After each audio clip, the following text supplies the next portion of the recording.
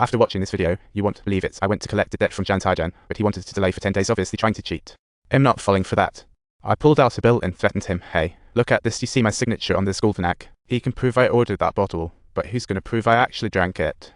I said all this to let him know I could pull him out of trouble or throw him right back in. He pondered that for a sec. In the end, he pawned his shiny new red car to me, and I thought I was clever, but little did I know he was setting me up. The car was hiding $1 million stash of bamboo shoots. And off I went into a 500-kilometer stretch of nowhere, time to kick off a nightmare road trip. At the security check, I ran into the cop from court, the one I had a showdown with after his routine inspection. He let me go, but I could tell he was fuming, so I casually said, "What's the fuss? Just a court appearance, right? Seriously?" I told him, if you weren't a cop, I'd be roasting you right now. Once I hit the wilderness, I was feeling pretty good, thinking about the recent case. Sure, it had its ups and downs, but the outcome was decent, and my tailor-made book lunch was just around the corner. I was about to go from hotshot rookie lawyer to famous attorney, but who would have guessed? Just after entering no man's land, I ran into the slowpoke truck that was swaying in front of me. I honked a couple of times trying to signal for a pass, but they just wouldn't let me. Finally found a chance to zoom by, and what does the driver do? Spits a big one right on my car. My good mood gone in an instant. I slammed my car in front of him and demanded he get out and apologize. He came out looking like I asked him to do calculus, so I yanked off I wiped the spit off my windshield and told him, let's call it even. The slap I got in return completely dazed me.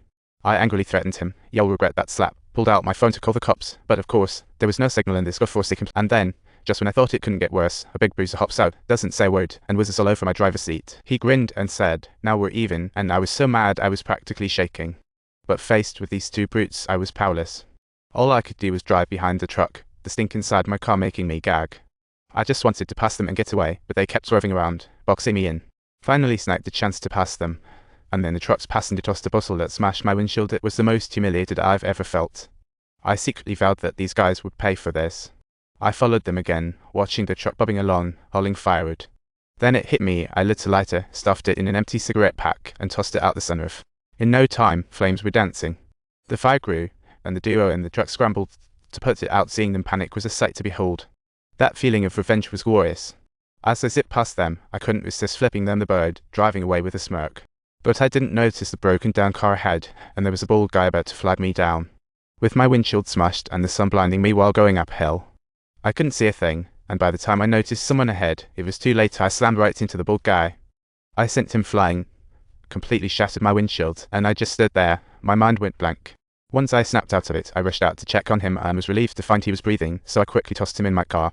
I figured I'd rush into the nearest service area, heart racing. I slammed the gas while glancing back to check on him.